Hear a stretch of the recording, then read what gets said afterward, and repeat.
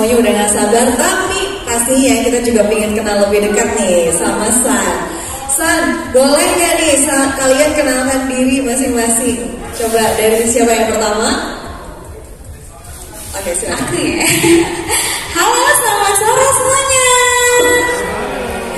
Ya, jadi aku namanya Nabila Aiza. Kalian bisa panggil aku Nabila.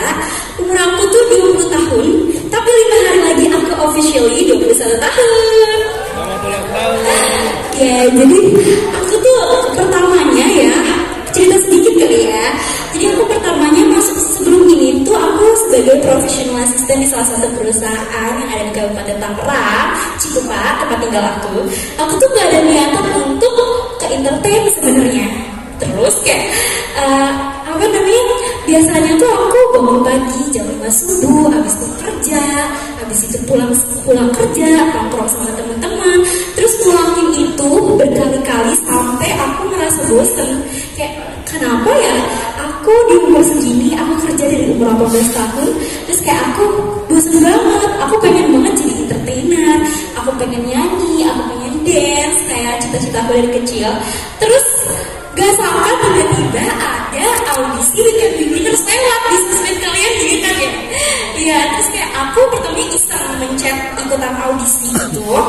Terus ternyata alhamdulillah tahap 1, tahap 2, tahap 3 lolos dan akhirnya bisa ke tahap saat ini. Thank you semuanya.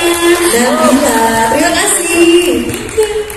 Nih luar biasa semangatnya Nabila ya. Aku tahu sekarang rahasia kenapa Teguh awet muda ya, karena dia selalu bersama dengan cewek-cewek cantik seperti ini yang menggemaskan. Berikutnya, selanjutnya aku ya. Selamat sore semuanya. Perkenalkan, nama aku Hajian Po. Kalian bisa panggil aku Hajian. Jadi umur aku itu 17 tahun. Jadi kayak emang masih fresh graduate banget gitu kan.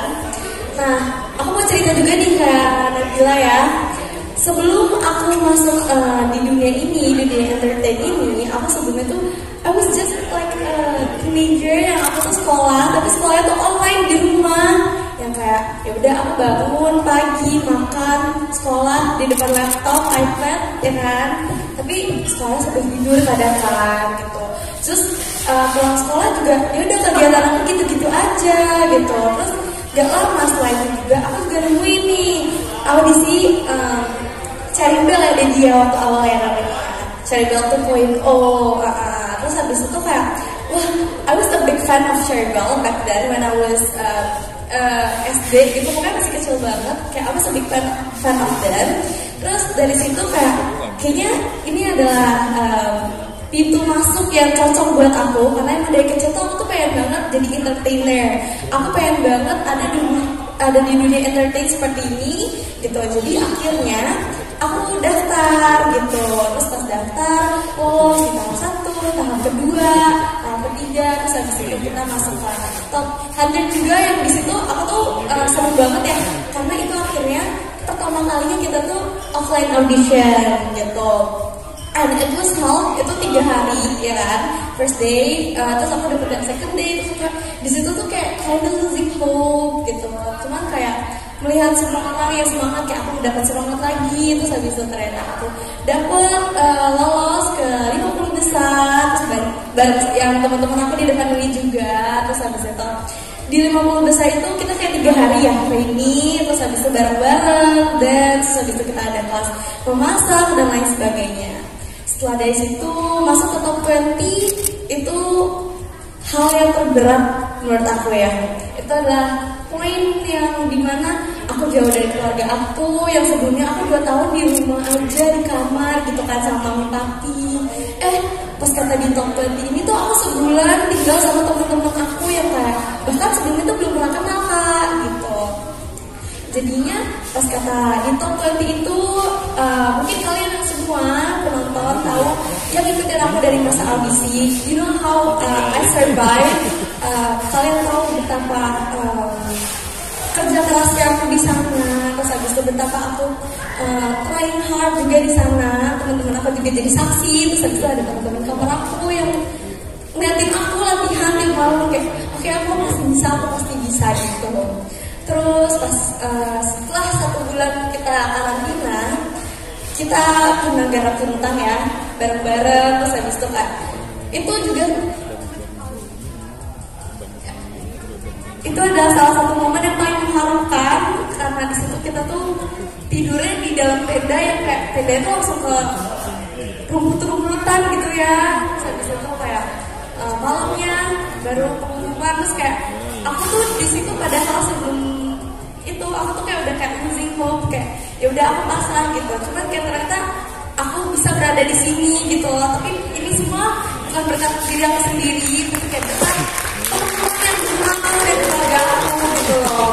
Gitu. Terus habis itu karena aku udah di sini, aku senang banget. Terus habis itu aku bakal trying hard lagi ke semua orang gitu. Bakal terus berkarya dan entertain semua orang. Gitu aja dari aku. Thank you. Terima kasih Anjian. Itu dia tadi yang kita udah semakin kenal dekat dengan Anjian. Yang berikutnya siapa? Cek, boleh dicek lagi? Cek. Halo, selamat sore semuanya. Perkenalkan, nama aku Anastasia Narwastu, biasa dipanggil Tasya. Mungkin di sini udah banyak yang familiar sama aku sebelumnya, karena ini bukan pertama kalinya aku ada di dunia entertainment, bukan pertama kalinya aku debut juga.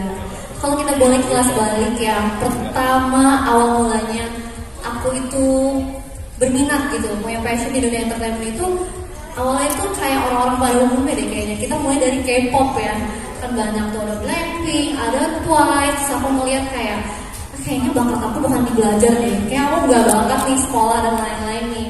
Akhirnya waktu itu di masa itu ada suatu idol group sebelah ya, kalau yang tahu JKT48, dan akhirnya aku waktu itu masuk tahun 2018 sebagai member JKT48.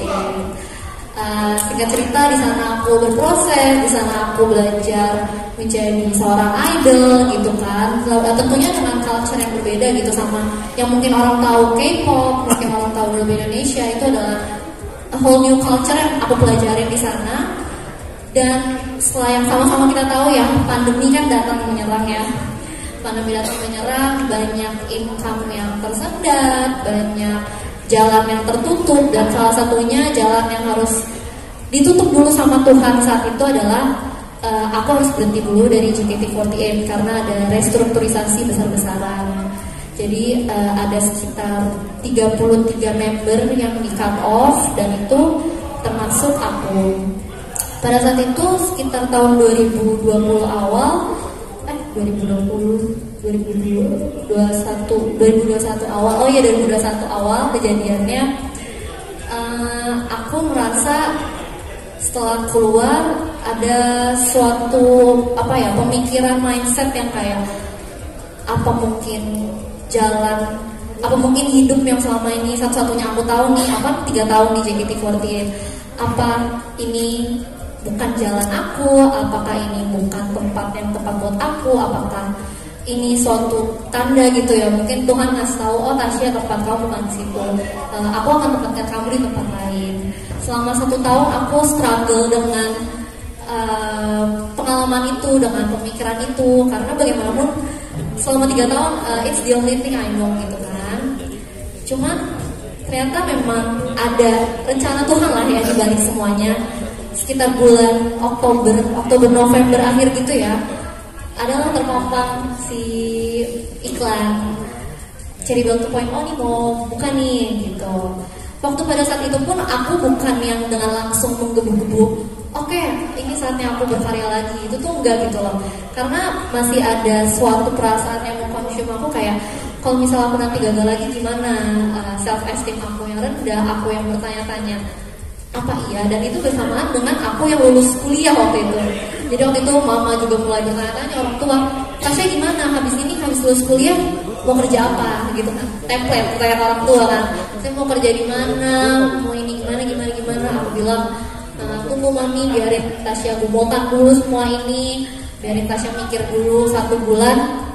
Setelah 1 bulan banyak introspeksi diri, banyak self melihat lagi ke diri sendiri, akhirnya aku memutuskan, oke, lebih baik aku nyesel pernah nyoba, lebih baik aku sakit hati kalau nggak ketolak daripada aku nyesel karena nggak pernah nyoba. Aku pikir gitu. Akhirnya aku coba. Aku bilang, Mami kasih Tasya waktu 3 bulan. Kalau misalnya Tasya nggak lolos dalam 3 bulan, Tasya akan buang semua mimpi Tasya di dunia entertainment. This is my last round.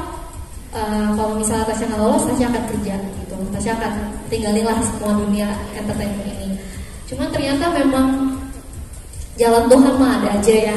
Melalui Dedi Teguh, Kak Tina, tim Weekend Be Winners, dan semua orang yang berproses sama aku di sini, ternyata aku sekali lagi ditunjukin kalau I'm on the right track gitu. Aku ada di jalan yang tepat, aku ada di tangan orang-orang yang tepat, dan aku juga kan suka banyak nanya kan, Tasya gimana rasanya debut 2 kali, maka rasanya mah biasa aja lah, cepil udah nggak deg-degan lagi. Tapi sebetulnya enggak loh. Semua pengalaman yang aku terima selama aku audisi karantina di Weekend Be Winners itu adalah bener-bener proses. Kalau ibaratnya adonannya ini tuh mengadon dari awal gitu.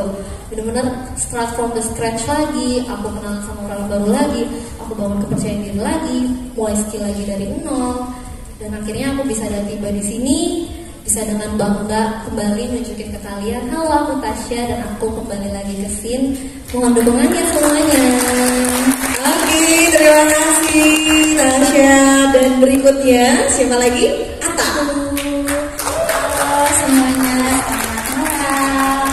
Para undangan yang terhormat, untuk media, keluarga, teman, dan anak-anak WCBW tersayangku yang udah nyempetin waktunya untuk datang di sini menyaksikan debut Sun yang sangat ditunggu-tunggu setelah setahun ini yang udah kita persiapkan.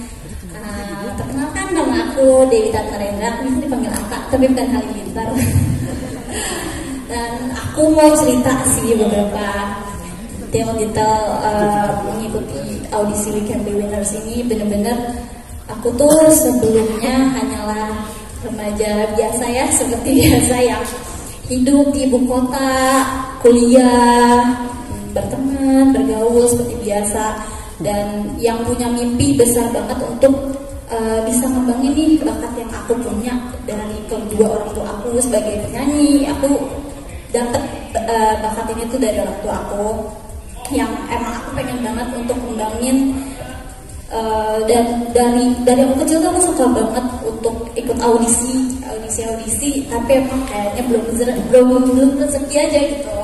Sampai akhirnya kemarin tuh aku pas lagi online kelas, kan lagi pandemi ya, jadi online. Aku inget banget, aku lagi Zoom sebenarnya, tapi aku sambil scroll Instagram gitu. Terus aku nemuin audisi Cherry Bell 2.0. Terus udah tuh aku klik, terus aku isi Google Formnya, terus aku dalam hati, wah ini kayaknya nih jawaban nih dari apa yang aku tunggu selama ini. Dan aku di dalam hati aku tuh kayak oke, ini percobaan terakhir aku. Kalau emang ini jalannya, aku sangat bersyukur. Tapi kalau emang enggak, ya udah nggak apa-apa, berarti emang bukan di sini.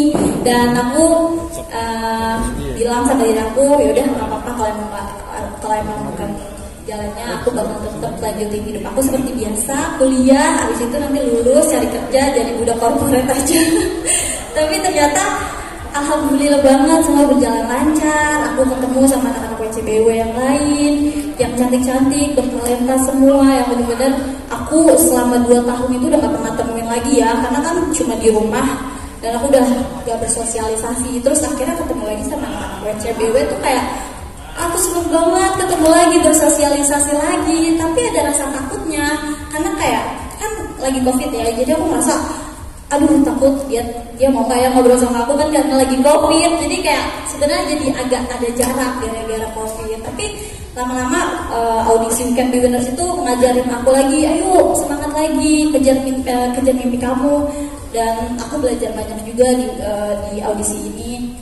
Akhirnya ketemu sama San setelah melewati beberapa tahap audisi yang benar-benar berat banget sih kalau bisa dijelasin tuh sebenarnya berat banget gitu. Tapi aku sangat-sangat bersyukur akhirnya hari yang udah ditunggu-tunggu ini tiba juga dan bisa kita lihat nanti gitu. Dan perjalanan Sun akan dimulai. Kita berharap banget semoga nanti bisa diterima oleh semua kalangan dan semoga kita tetap bisa dapat dukungan dan cinta dari kalian semua. Terima kasih banyak. Terima kasih Ata. Dan berikutnya yang terakhir ada Sujin, silakan. Hai semuanya, nama aku Wisujin, but probably kalian kenal aku sebagai Sujin or Sujina or Gina. Jujur banget nih, aku tuh emang dari kecil banget emang udah punya impian to be in the entertainment industry. Emang kebetulan tuh dari dulu aku tuh suka banget sama nyanyi, sama modeling, sama acting. Cuman aku sama sekali nggak pernah ada pikiran berada di posisinya sekarang.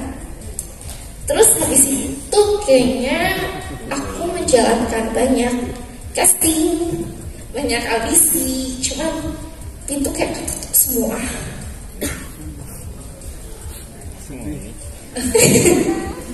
Terharu kayaknya. Boleh kasih tepuk tangan dulu dong untuk Sujin ya.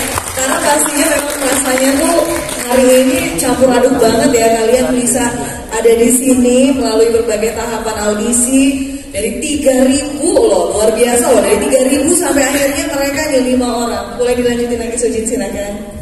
Terus aku ingat banget pas itu aku 14 tahun. Terus aku melihat dari Bella 2.0. Aku nggak bisa ngeliat yang lain.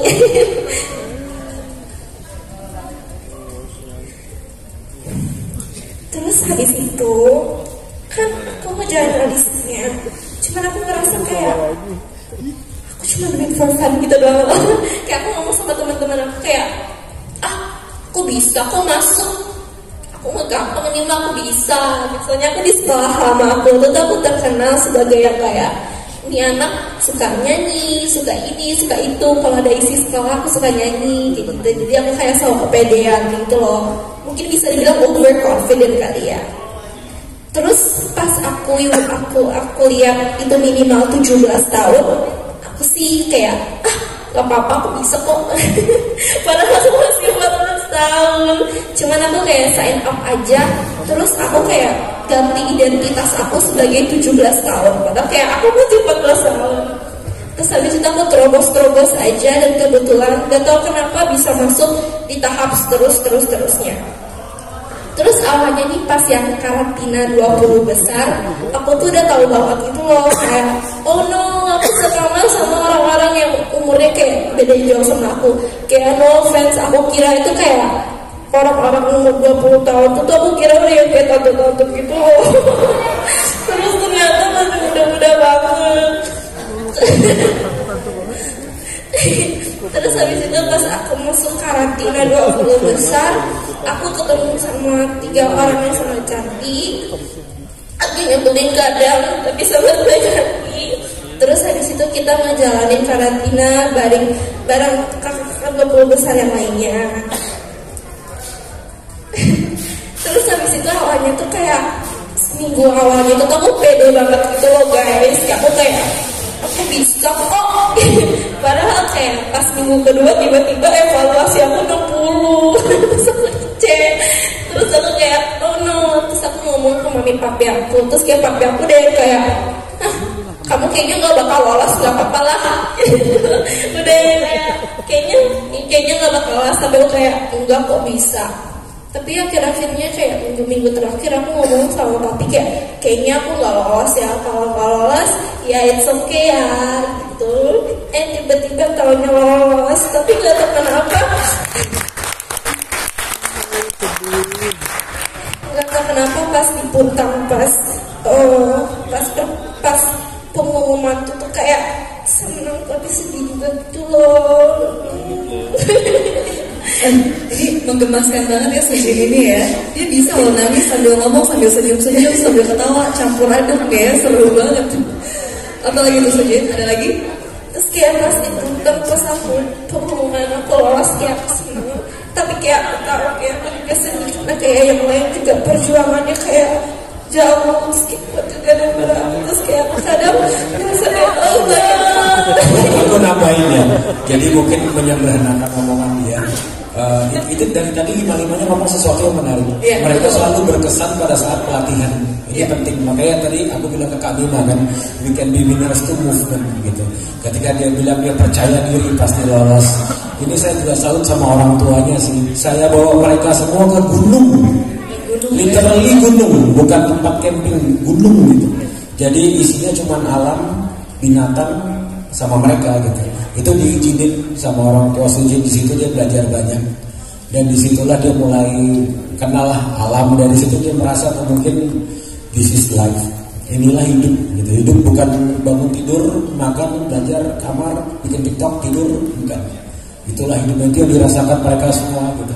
Saya kalau dikasih waktu 3 jam gak kelar-kelar tuh, saya hafal banget tuh si Jen ngapain, si Cindy ngapain, Michelle ngapain, Oci temen dari Moda ngapain, Ara ngapain, Pai ngapain, Gita ngapain, Olive ngapain, Yola ngapain, Revi ngapain, gitu kan, Owi ngapain, Olive, saya hafal banget gitu. Jadi masing-masing ada perubahannya gitu. Ya jangan deh, nanti I'm talking too much jadinya.